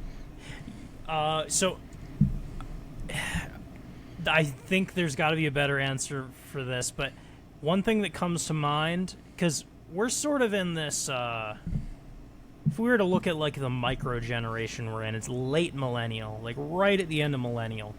And That's true.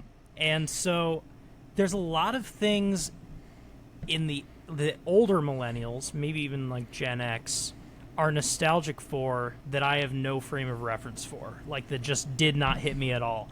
And like for example, when this He-Man movie just came out, I was just like, means nothing to me. Like, That's true. I was not part of my life at all. And as far as I know, they never ran reruns on like Cartoon Network or Nickelodeon. Yeah, I have had no frame of reference for it. By the way, a similar one, I don't feel any Yeah. nostalgia for Ninja Turtles. I was literally just going to say that because it felt like it was an 80s thing and then it rebooted after we were kids. Yeah. So it feels like we're in a window where there was no Ninja Turtles. It was I gone also for feel us. a little bit Transformers. I didn't really watch any Transformers. I saw the Shia LaBeouf movie. Yeah. But I mean, I had the toys, but I never watched the cartoons. Yeah, exactly. So there's a lot of stuff that, there's a blind spot for there. Oh, yes. Yeah. Now, mine's a little different from what you had to say. Mine is that people my generation, that no other generation would have, Yeah. is that people my generation, we always appreciate whenever we see Superman in a new thing and he's wearing the suit. Oh, because we grew up when the main version of Superman didn't wear a suit. That's right. Yeah. Like, I'm not gonna lie, dude. Every episode, Superman Lois, every single one. It didn't matter if it was the pilot or the finale. Every time he was in this suit, I was like, oh, he's in the suit. Yeah. It never ceases to amaze me. Yeah. Even if I watch the old George Reeves ones, I'm like, oh, he's in the suit. That's true. That's true. Yeah. Yes. Now, I don't know if I've asked this one before. This might have been just something I posted on Facebook. I don't remember if I asked it to you before. Yeah. And if I did, we can skip it. But which live-action Superman and Spider-Man would you like to see team up? Because recently we had a comic book where they teamed up. Yeah. Yeah. Well, my real issue with answering... my real issues is because I don't have a ton of frame of reference for, like, Superman and, like, comparing the different actors who have played it. Like, I guess, like, somewhere in my mind I can, like, picture, like, a Christopher Reeves and Tobey Maguire like making sense, but yeah, I don't have enough of a frame of reference with Superman actors to really say with confidence, but that's the closest I could get to an answer. All right. For me, I would say I think the one I would want to see the most and the pair that I think would work best together would be Tyler Hoechlin and Andrew Garfield. Oh, okay. Yeah. I think those two would be the most fun to see together, and I think they work best together. But you know who I think would be best friends? Like, genuinely, like, best friends. Bros, if you will. I think Christopher Reeve and Tobey Maguire would be best friends. Oh, yeah. Yeah, see, All I right. saw something in there with those two. Yeah. All right. What are you more excited to see for the first time? A new movie or a classic movie? Oh, interesting. I have a little bit of a cult of the new, recency bias on things. part of the reason, like, I mean, I love making lists of my favorite things of each year. I love, like, I've always got my finger on the pulse of new music coming out and excited about new movies coming out. I just kind of, like, when I am seeing a new movie shortly after it has come out, I feel like I'm one of the first people in history seeing it. Like, it feels very special to me that, like, if I really like a movie and it's brand new, it feels like I genuinely often think, like, I feel happy to be alive because I get to keep experiencing new stuff. It really is just like, it's just going to be a bummer to be dead and not get to see, you know, the new Batman or something. Like, I kind of wish my answer was the classics, but I just have this admiration for new things that are also good. So, yeah, for me, I will go the opposite. I get more excited to see a classic movie for the first time because, like, it almost feels like, because, like, we see it all the time, right? A new thing, people are like, oh my god, this is the best thing ever. mm-hmm. But, like, with a classic one, if people have been talking about being great for decades and decades, then I have a better feeling like, oh, this is worth my time. Mm-hmm. This is worth checking out. So that's how it is for me. Like, you know, I wish there was, like, some classic Batman that I hadn't discovered yet. Unfortunately not. I wish there was a classic Superman live action that I hadn't discovered yet. Yeah, I will say with classics, what does feel nice and comforting is knowing that you're not going to be wasting your time. Like, because it feels like you're probably going to enjoy it because it's a classic for a reason, but even if you don't, you've, like, it's part of history. You've studied part of history. So there is a little bit more of a comfort and reassurance around that. Yes. Now, I don't know if you've seen, but a lot of people on talking about entertainment stuff, I've been talking about the Mount Rushmore stuff. Yeah. Right? So, who is, in your opinion, who is on the Mount Rushmore of cartoon characters? Wow. Tough question. So here's where another play where I have a blind spot because I'm just so of my generation that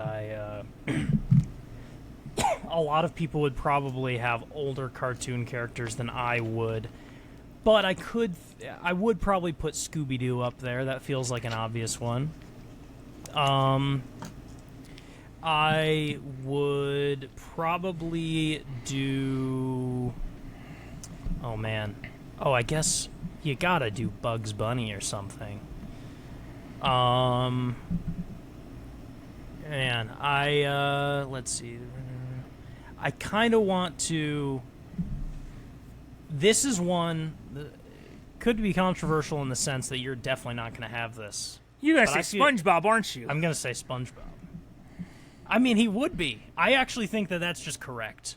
I mean, if we're talking top 10, yeah. Yeah.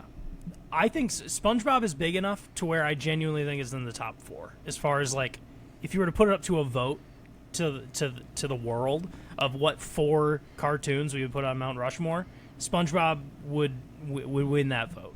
Like, it just This would. is why our world is the nightmare it is today. Yeah. Yeah. I mean, look... Yeah, if you don't understand the magic of SpongeBob season 4. Some of the best writing of any cartoon ever. Season 4? Yeah, season 4. It's amazing. What's That's 3. another one? What's another one? 3 is such a better number. I mean, I know, but they had 4 heads. They had 4 heads on Mount Rushmore, unless you hear how someone wants to add their own head to the mountain, which will get the whole thing in collapse. Yeah. Man, a lot of the stuff that I liked growing up is not classic. It just doesn't belong on there. It doesn't belong on there at all. Brace Face. Remember that show? Yeah. Oh, yeah. I literally have to look up most famous cartoons because that's how much of a... And so here's something I'm actually curious about your... Because personally, I don't know why this is, but I feel like I need to leave off superheroes. I don't know why. Yeah, I did too. Yeah, it just... I don't think I could add Superman or something to it. It just doesn't make sense to me. But...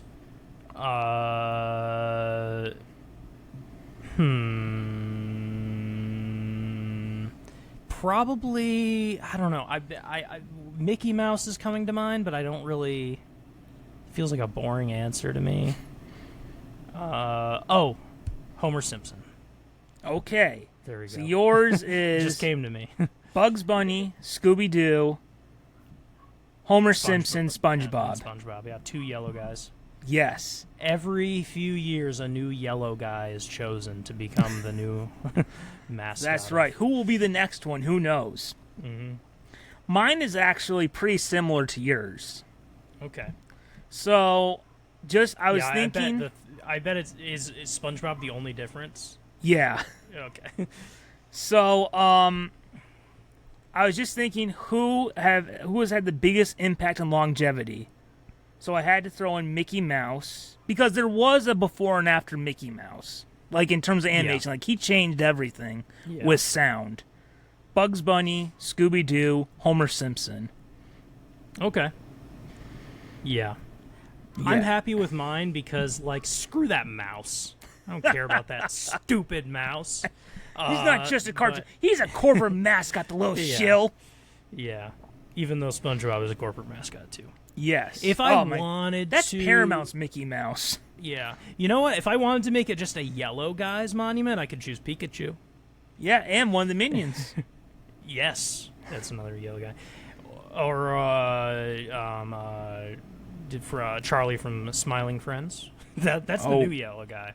Oh. Unfortunately, that show got canceled. But who was it by? Was it by... Don't say it was by Warner Brothers. No, it's Adult Swim, so... Well, that's Warner Brothers. Yeah, so it is. Oh, man, such a mess over there. And it's only... If Paramount takes over, it's only going to get worse. Yeah. And the thing is that... Well, actually, I think it was the creator's choice, but a very controversial choice because...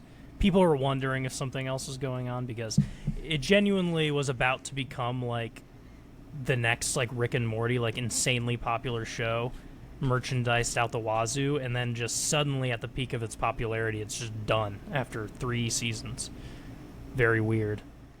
By the way, did you hear how David Ellison announced the head of Paramount? Because he's trying to get Warner Brothers, and they made it. A judge decreed that like they can't do like a lawsuit or whatever about it until like 2027, right?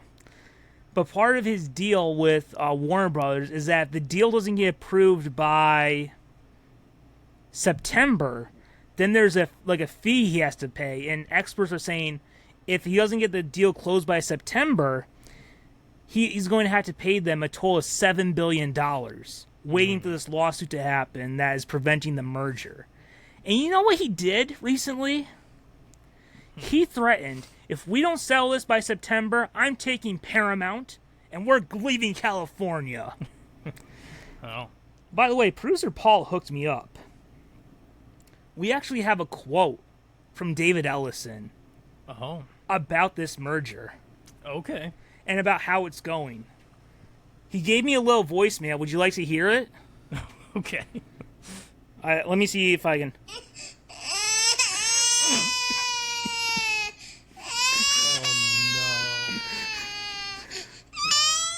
no. Oh, David! That's why this show does real journalism, because we don't want to do someone out of context. We got the actual quote from the man himself. from the guy himself. There we go. All right. So, speaking of Mount Rushmore, again, but for superheroes. Okay. Well, I mean, this one feels kind of obvious. I think the question is what's the fourth, because it's Superman, Batman, Spider-Man. So then the question is more what's the fourth? Which is tricky. We got 2 DC. I mean, I don't know. Wolverine comes to mind, and I wonder if that's your 4, is those 4. But oh no, because it could be Wolverine or Captain America. I'm gonna choose, because it would look cooler on a monument, I'm gonna choose Wolverine. Oh yeah, especially if he's got the mask. Yeah. Well, even with the hair is very cool. Yeah. All right, so mine's gonna be different from yours. Okay. Mine's gonna be obviously Superman, Batman, Spider-Man, and I'll throw up Wonder Woman. Okay. That is a good one. I don't know. Yeah, that's good. Because, like, I mean, to compare with, like, a lot of these other characters, we've had 2 successful versions of Wonder Woman, right? Yeah. We had the movies and we had the Linda Carter show. Yeah. You know, yours is definitely the better answer. I was trying to do like a 2 DC, 2 Marvel thing. Oh, yeah. But yeah, DC has more, more like, you know, top tier iconic characters. So it makes sense that they would have 3 of the 4 slots. Yeah, and look, if we expanded a 5th one, I would have put Wolverine. Yeah. All right. Makes sense. Let's see if we can fit in 2 more. What is the type of story you've been hoping for that you got recently? Like, what's a thing that you were like, man, I'm kind of craving this type of story, and lately you just got it, and you weren't expecting to get it? Yeah, you can answer yours first. I have to really think about this. So mine, something I've been craving lately that we've gotten now 2 examples of, are noir-driven superhero stories. Like these stories sound like the 1930s or 1940s, low tech, stakes are big, and I was thinking of it for Superman. That's where I thought they should have taken Superman next.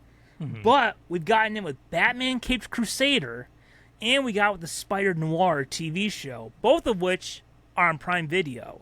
So Prime Video, God bless you for giving me the superhero stories I have been begging for. Yeah. I mean,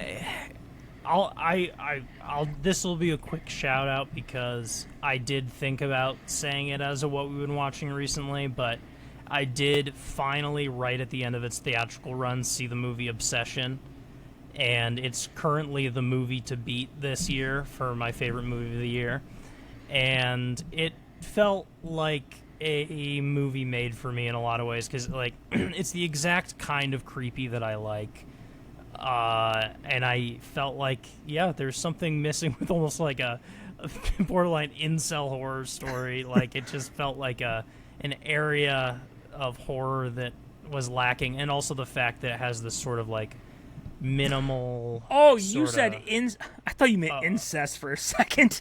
Oh, incel. Okay. Yeah. Incel.